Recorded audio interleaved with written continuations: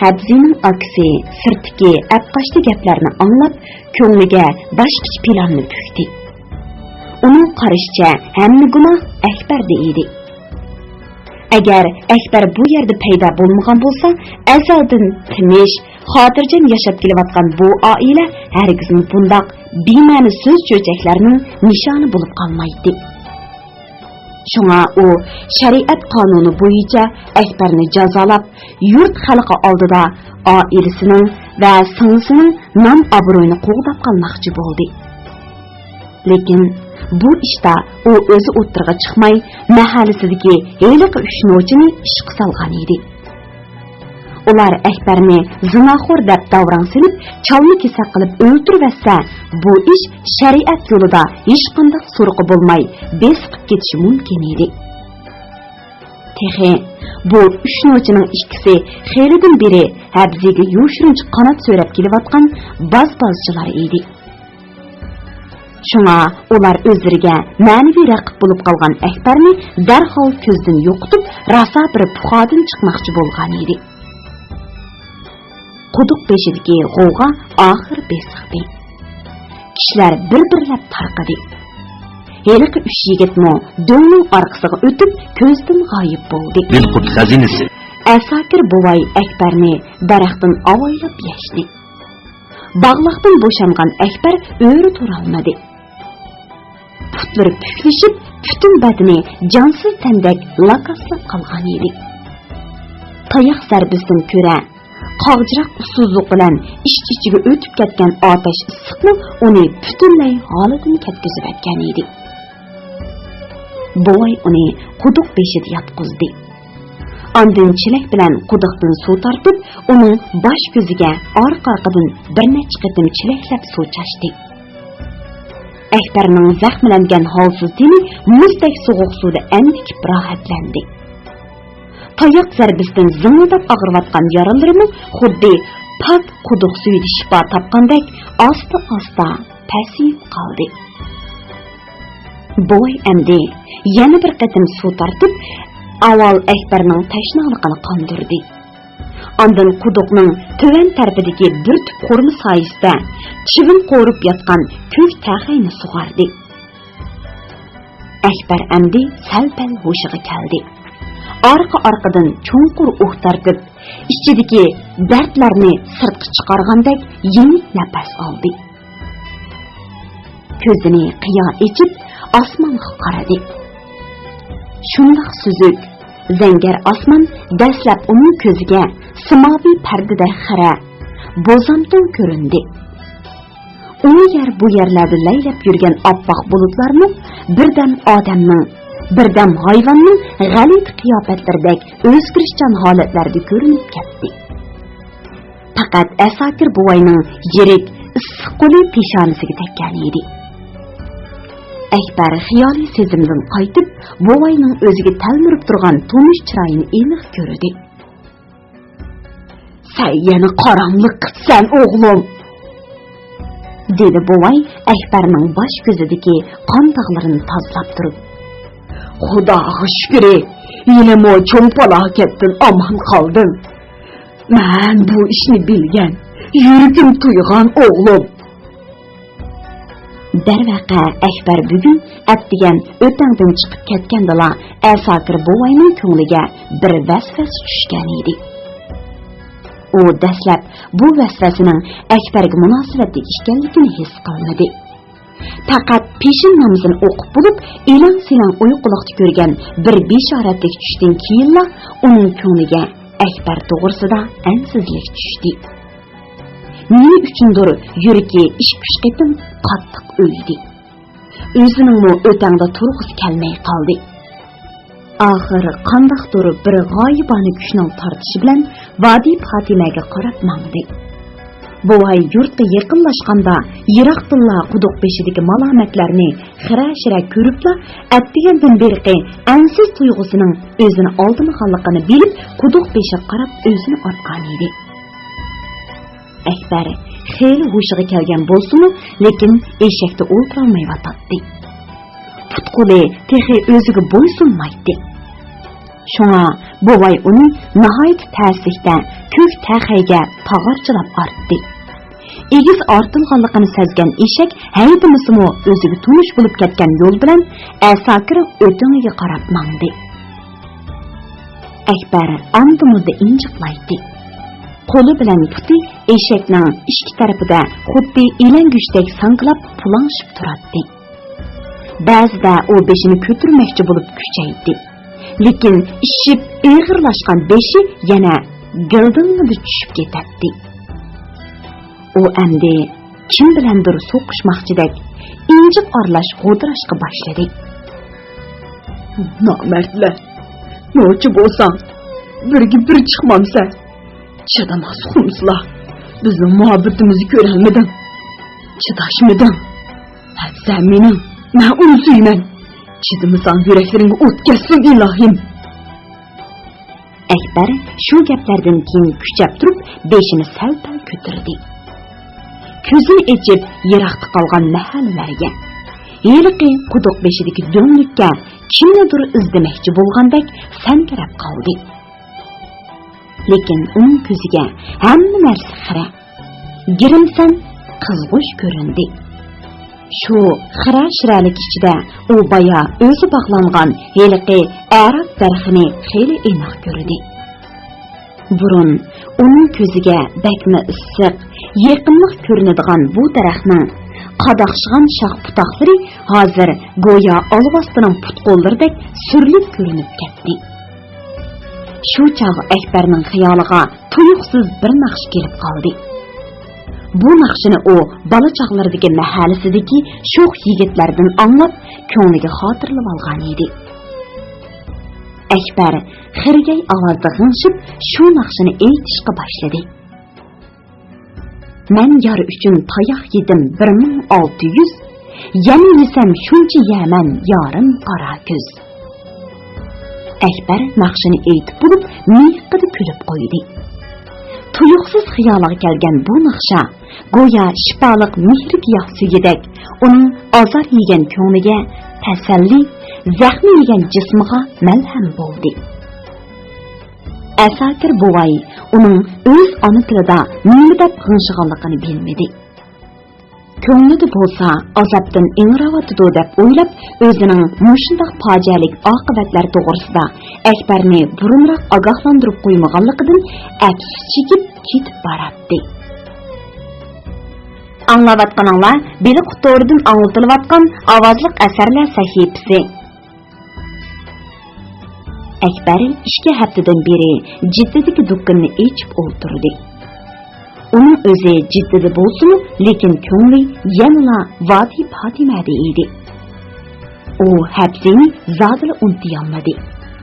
Habza hamisha uning ko'z o'ngida suratda qaytib turardi.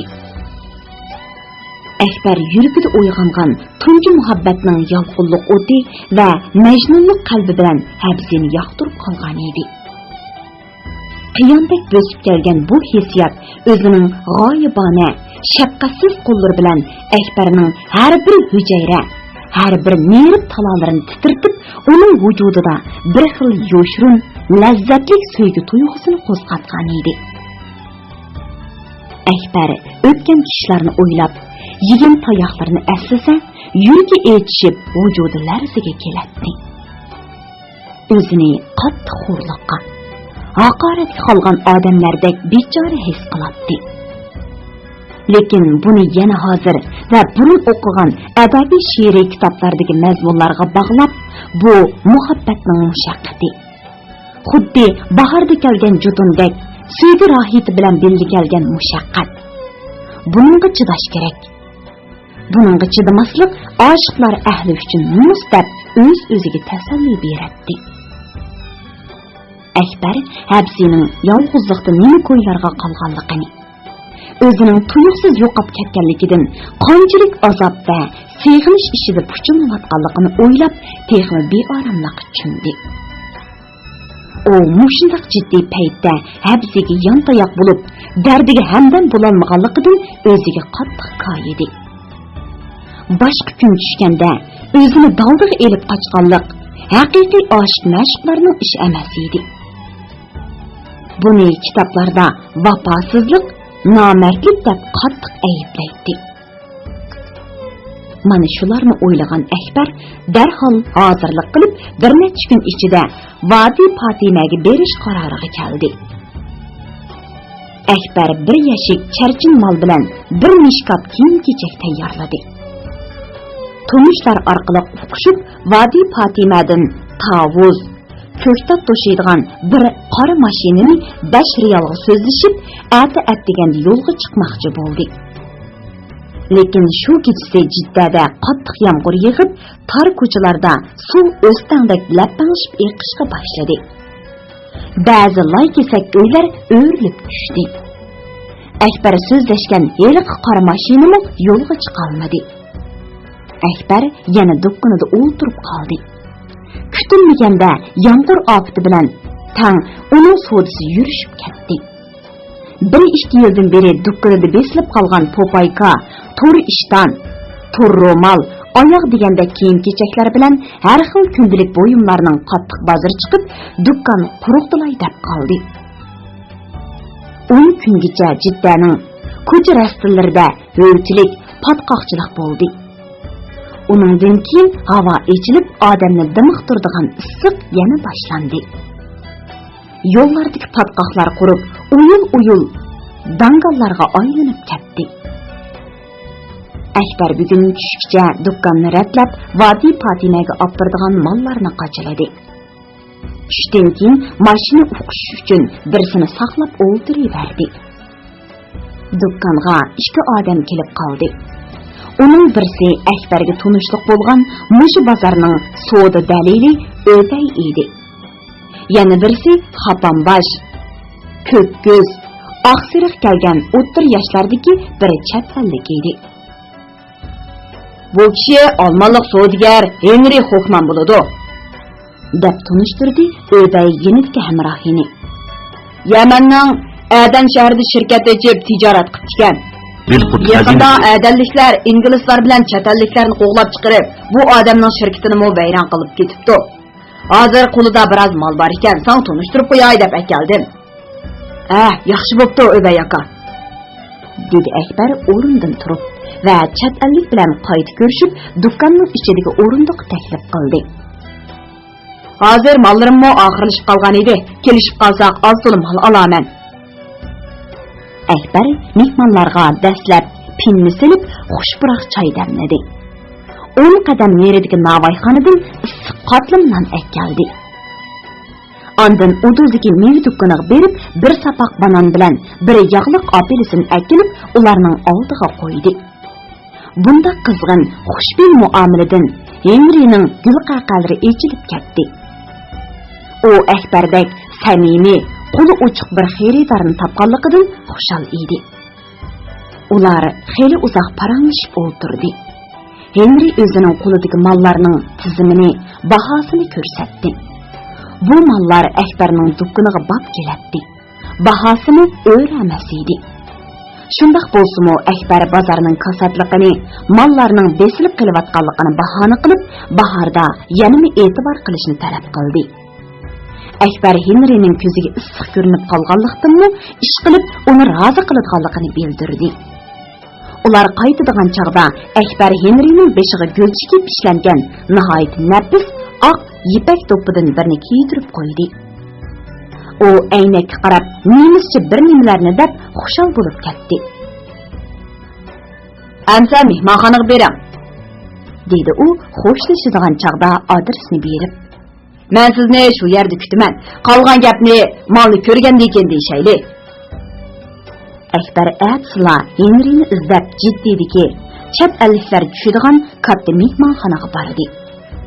Henry rastilla uni kutib o'tirgan edi. Henry Akbarning oldig'imi o'z yurtining esil pecheni shokolad va kolbasalarini tizdi. Lekin Akbar halol harom degan aqida bo'yicha istakandagi choydan boshqa hech narsaga eg'iz tegmadi. Henry zo'rlaganda qo'rsqim to'xtab turib oldi. Uningdan keyin Henrymi ortiqcha takalluf qilmadi. Choydan keyin u mollarining avrishkisini ko'rsatdi. Akbarga mollarning hammasi yaradi. Bulupmu tömürde işlengen qayca, pichaq, qalam tıraş degandek narsalar hunar san'atda voyaga yetkazilib, shundoq nafis va puxta ishlangan edi. Henry eng tuvan bo'lganda 10 ming riyollik top mal sotadi va pulni naq oladi. Lekin bugun u Akbarning kichik do'kondorligini ham uning odamgarchiligini nazarda tutib, top mal bahosida 5 ming riyollik charchin malni nesiga berdi va "Men sizga ishondim. Bu mallarni opirib sotgandan keyin pulni bering" dedi. Akbar uning mard va samimiyligidan ta'sirlanib ketdi. Shunga 2000 riyolni oldin berib, qolganiga hujjat yozib berdi. Akbar qaytadigan chaqda Henry uningga Germaniyaning esil xurum oyiqidan birini kiydirib, do'stlik mehrini yetkazdi. Akbar amdi eng esil, eng kerakli mallarni elib Vadi Fatimaga bora oladi. Shun u bugun bakmi xushal ham ruhliq edi. Agar qonati bo'lgan bo'lsa, hozirla mushmonlarni yudib Vadi Fatimaga qarab ushqan bo'ladi.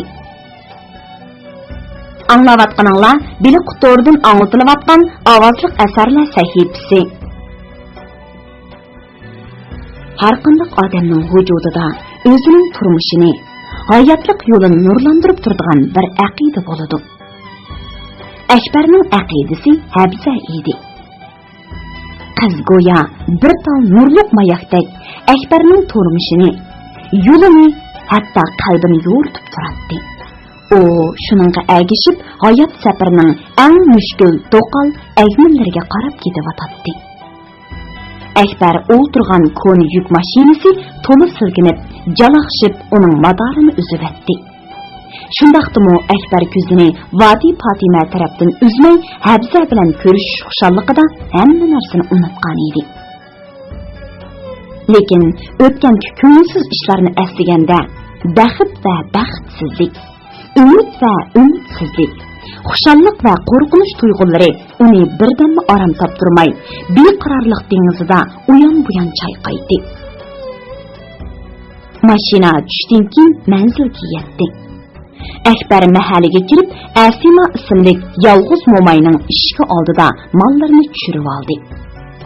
U burunmo qattiq quruq narsalarni mushu mo'mayning uyida qo'yib, uning bilan o'qdan chiqishib qolgan edi. "Yo'qab ketding-ku balam", dedi Asima Akbarga usuzlik berib etib.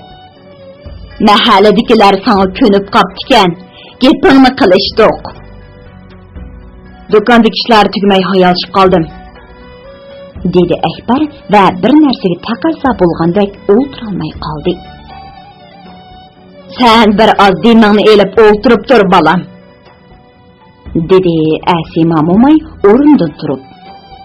"Men bir oz ko'ktat akirib, sana tamoq qilib beray."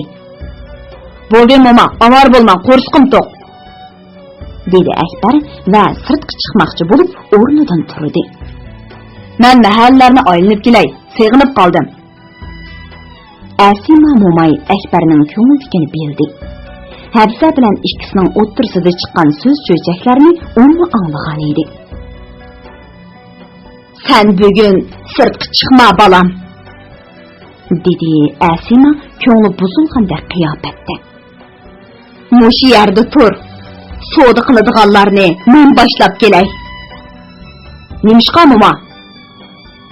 dedi Akbar taajjub bilan. "Sirtga chiqsam nimishqa bo'lmaydi?" Mo'may tanqisliqda qoldi. Rost gapni qilay desa, yosh yigitning ko'ngli qattiq azor yeydi. Qilmay desa, uni sirtga chiqishdan to'sib qolg'ili bo'lmaydi.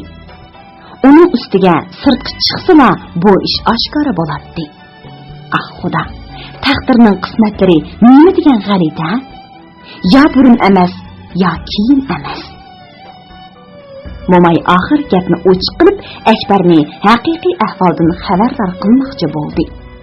Bu orliqda Akbarning yuragi bir narsani tuyg'andek, ko'ngli dakki-dukki ichida qolgan edi. "Mo'ma, zodi nima bo'ldi?" dedi uni taqozo bo'lib. "Rostini ayting, odamni tit qilmay." "Balam, Rastını eysam, sen bugün ait bir vakitte geldin, dedi Asima Momay Ekber'nin yanında oturup. Hazır, Habza kızının xini to'yi bo'lyapti. Nima? Ekber o'rnidan birinida turib ketdi. Habzaning to'yi bo'lyapti.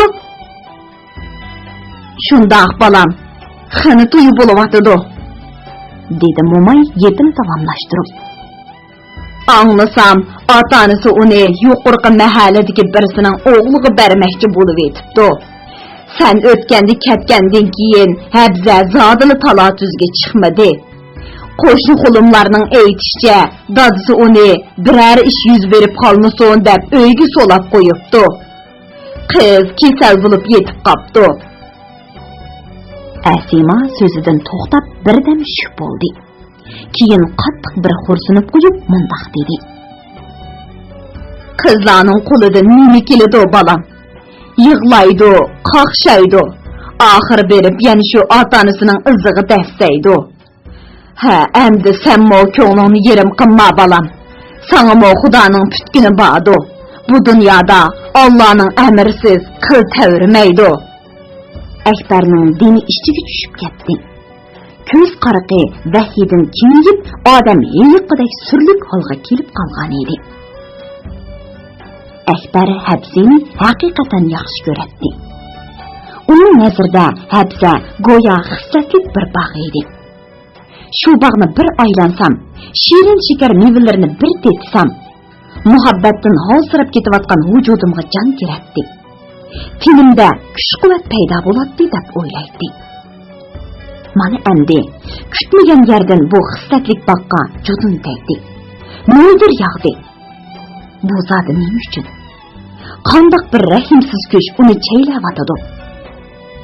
Bu Habzining vafosizligimi yoki vafosiz dunyoning qismatimi? Ah Xudo, osmondagi quyosh, oy yulduzlar bizning va'damizga guvoh edi-ku. Endi ularmi o'z lavzidan yondimi? Mana bu yetkuch ochiq yutib, ichidan azoblanayotgan bir ruhning ilohga qilayotgan nolasi edi. Kutilmagan bu judolik azobidan Akbarning butun vujudi muzlab, baayni o'likdek surlik holatga keldi. Chidag'usiz bir tuyg'u, xuddi tuyuqsiz chaqqan chaqmoqdek uni qattiq urdi. Akbar xiyligacha Asimaning uyida holsiz o'tirib qoldi. Odam bu dunyoning turli mushkullariga, tabiatning shafqatsiz judun chapqinlari bilan, jamiyatning zulm kulfatlariga bardoshlik berib, har amallar bilan o'z hayotini saqlab qola oladi. Lekin chin yurgidan suygan odamining tuyuqsiz g'oyib bo'lishiga, tunsiz tashlab ketishiga zodini bardoshlik bera olmaydi. Akbar shu topda o'zini o'ldirib berishdimi yonmaydigan savdoyi holatga kelib qolgan edi. Bu kutilmagan judolik uning pok qalbida ajoyib chunqur, hasratlik bir g'ussa uyg'otgan edi. Akbar shu kuni qorong'i tushganda Asakir o'timiga kelib tunadi. Atsi tong sahar bilan Makkaga qarab piyoda yurib ketdi. Anglayotganlar biliq to'rdan anglatilayotgan ovozliq asarlar sahifasi. Akbar 3 kun eg'ir yetib qoldi. Otxon ansirab tiyib akaldi. Tibib ko'rib, balada kasal yo'q, o't suq bor. Ratnoma o'qitib, o't suq tumarib bitirib, esib qo'yinglar, deb ketib qoldi. Otxon un chiqmadi. Uni ichiga tushib ketdi. U o'g'lini azaldan bundoq tushkun, miskin holatda ko'rmagan edi. Akbarning o'zi salbib, besh sangilab, chiroyi qo'rqinchli tatirib ketgan edi. Nuri qochgan ko'zlaridan miskinlik va umidsizlik alomatlari chiqib turardi. Akbar tunji qitim suygan muhabbatidan mahrum bo'ldi. Yigitlik g'ururi zaxmlanib, dili azor yedi. Uning qalbidagi shuncha illiq, shirin orzulari oxir berib, ochiq armonga aylanib qoldi. Habza o'tliq muhabbatini uning qalbiga o'rnatib qo'yib, o'zi tuyuqsiz g'oyib bo'ldi. Shunga Akbar xuddi qaynonga tushib, pir-pir aylanayotgan yagona yaproqdek holsiz ham xomush edi. Atxon o'g'lidan nemish bo'lganligini bir necha qatim ko'chilab so'radi. Akbar Habsining gapini qilmoqchi bo'ldi-yu, lekin bu gap nima uchundir bo'g'ziga kelganda kaplashib chiqolmadi. Uning bo'g'diki xuddi bir narsani yutgandek g'irtida qilib aytmoqchi bo'lgan gapni ichiga yutib etdi. Lekin bu hol uzoqqa bormadi. Dadasining qisqish bilan Akbar oxiri rostini aytdi. Cho'nqur dil azorlik bilan aytilgan bu so'zlarda turmushning ochiq faryodi bilan oshiq ko'ngilning besilmas zori bor edi. Atxon darhol o'g'lini o'ylab qo'yish qaroriga keldi. Agar mundoq ketaversa, yosh yigitning nervlari qardan chiqib, yumron yuragi og'ir dardga mubtalo bo'lgan bo'ladi. Dadaning nazarida bu holatni faqat ko'ni dardni yangi xushallik bilan besish yo'li orqali o'zgartgili bo'ladi. Akbar bir haftadan keyin asliga keldi. Ruhiy holati normallashib qoldi. Uning Habzidan to'liq umidi uzilib, burunqi qizg'in istaklar besiqqan bo'lsa-mu, lekin majnunlik qalbi bilan o'tliq hissiyotining davrishi tex butunlay besiqmagan edi. Shung u yana bir navbat chor bozorchilik bilan yurt aylanish xiyoliga keldi. Bu qitim burunqi yerlarga emas, balki Arabistonning janubidagi yiroq yerlarga berib turmush halakchiligi bilan ko'ngil yarasini saqaytishni o'yladi. Bu xiyolni dadasiga aytganda Atxon o'g'lining fikrini quvvatlab, rag'batlantirdi. Yaxshi o'ylabsan o'g'lim. Safarning foydasi ko'p. G'am va xafalikdan yiroq bo'lasan. Tirikchilikning yo'lini o'rganasan, bilimlik bo'lib qolasan, dedi u va duo qilib o'g'liga omonlik tiladi. Ajr qil, daryoga sol. Xudodan tila degan gap bor. Borg'in bolam. Xudo seni shaytonning sharridan, zolimning zulmidan saqlasin. Raqiblaringning og'zini band, do'stlaringning og'zini kushoda qilsin. Shunda qilib, Akbar jiddiy tayyorlikka kirishdi. Avaz ismli bir tugichini yolladi. Henridan setib olgan mollarining hammasini oldi. Buningga Yevropa tarafdan keladigan ko'ni kiyim-kechaklarni qo'shib, bir juma kuni juma namozidan keyin yo'lga chiqdi. Akbar shu ketgancha 4 oygacha nurg'un yerlarni aylandi. Arabistonning janub tarafidagi Abiha, Xamis Misht, Tahama o'ymonligi, Besha, Ramiya, Taraba qatorliq joylargacha berib, dehqon chorvachilar bilan hamma bas bo'ldi. Turmushning ochiq-chuchukini yetkuch tedidi. Nurg'un savdo karvonlari bilan uchrashib, tijoratning ipini o'rgandi. Keyin hatto shimoldagi tamojni joylashgan Ar degan shahargacha berib, u yerda 2 oygacha Italiya va Germaniyalardan kirgizilgan tallik savdosi bilan shug'ullandi. Bu oyoqlarni Iroqdan qo'g'in tavuz akkirgan savdogarlar to'p-to'pi bilan elib, nurg'un foyda yetkazdi. Ishqilib qaqasliq to'lgan bu otash siminning egiz pas, o'ng'ul-to'ng'ul so'qmoq yo'llari amdilikda Akbar uchun go'yo salqin, rohat baxsh dog'dan yo'l bo'lib qolgan edi. U cho'l jazirini va cho'l jaziridagi har bir so'qmoqlarni odam uchun xavfli va xavfsiz joylarni bashqo'ldek belatdi. Akbar usuzlikqa, ochliqqa va safar mushaqqatlariga chidashni, taqobil turishni o'rgandi. Vaqtning o'tishi bilan Akbarning ko'ngil yarasimi asta-asta saqiyishga boshladi. Uning xiyol ekranida hamish qiliqlanib turadigan Habzining go'zal simosi barbara g'uvolishib, jonsiz bir soyaga aylanib qoldi. Nima degan bilan yigit vujudi ishq dardini yangdi. Endi yurt dardi yurakda qoldi. Bu dard uning yuragini o'rtaydi.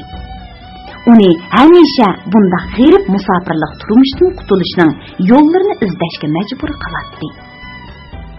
Agar shu paytdagi ahvolni Bobur Shohining chet yurtlarda sargardon bo'lib yurganda yozgan barmoqqa na makon muyassar, turmoqqa na davlat muqarrar degan she'r bilan ifodalaydi. Jafo mushaqqat ichida o'tgan musofirlik hayot, Akbar ko'rgan rangarang turmush kartinasi va inson hayotining echinishli taqdir qismatlari uni xeyli pishqon, nazar doirasi keng, bejirim odamga aylantirib qo'ygan edi. Anglayotganinglar Beli Qutordan anglatilayotgan ovozliq asarlar sahifasi.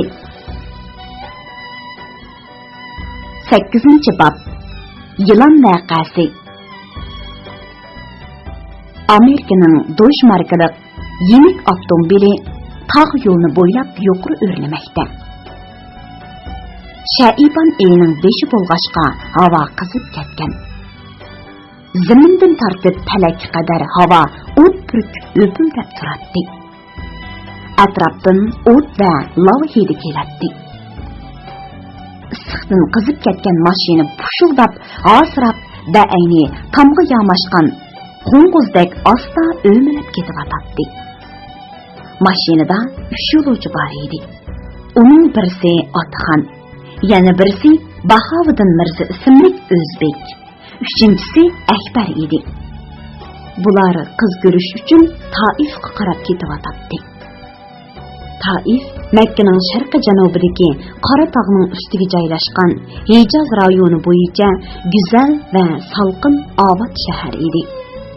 Bu yerda podshohning yozliq o'rdasi bor edi. Bahoviddin Mirza Taifda tish doktorlik qiladi. Uning bu yerga kelib o'ltiraqlashib qelishi echinishli bir qismatdan edi. Bahoviddin Mirza asli 1942-yili O'zbekistondan askar bo'lib, vatan urushiga qatnashish uchun Qozonga kelgan. Lekin ko'p o'tmay shaytonning ozdirishi bilan Qozondagi Tatar osiylardan tashkillangan Fidoilar diviziyasiga qatnashib qilib, nemis qo'shinlari bilan birlikda Sovet Qizil armiyasiga qarshi urush qilgan. 1945-yili nemislar mag'lub bo'lgandan keyin u vatanga qaytishga petin olmay Germaniyada panohlanib, katta bir tish doktoriga shogird bo'lgan. 1946-yilning oxirida haj qilib gunohini yuyish uchun Arabistonga kelgan va kutilmagan bir fursatda Taifdan o'yinib bu yerga makonlashib qolgan edi. Bahoviddin Mirza biror yildan beri Makkaga kirib chiqib yurib, Otxon bilan tanishib qolgan edi. Bir qatam Otxonning o'g'lim cho'ng bo'lib qoldi, soyisini ishki qilib qo'yay dedim. Mubodo sizlar taraflarda ham shaharlarning obdanroq qizi bo'lsa, ko'z quloq bo'lib qo'yarlar degan tavsiyasi bilan Taifdan amdi 14 yoshga kirgan Gulbahram ismli chiroyli bir qizni topgan edi. Gulbahram Taifdagi 100 obro'li savdogar Nodir Hojimning to'qal ayolidan bo'lgan kenji qizi edi. Nodir Hojim 1936-yili hajga chiqqan edi.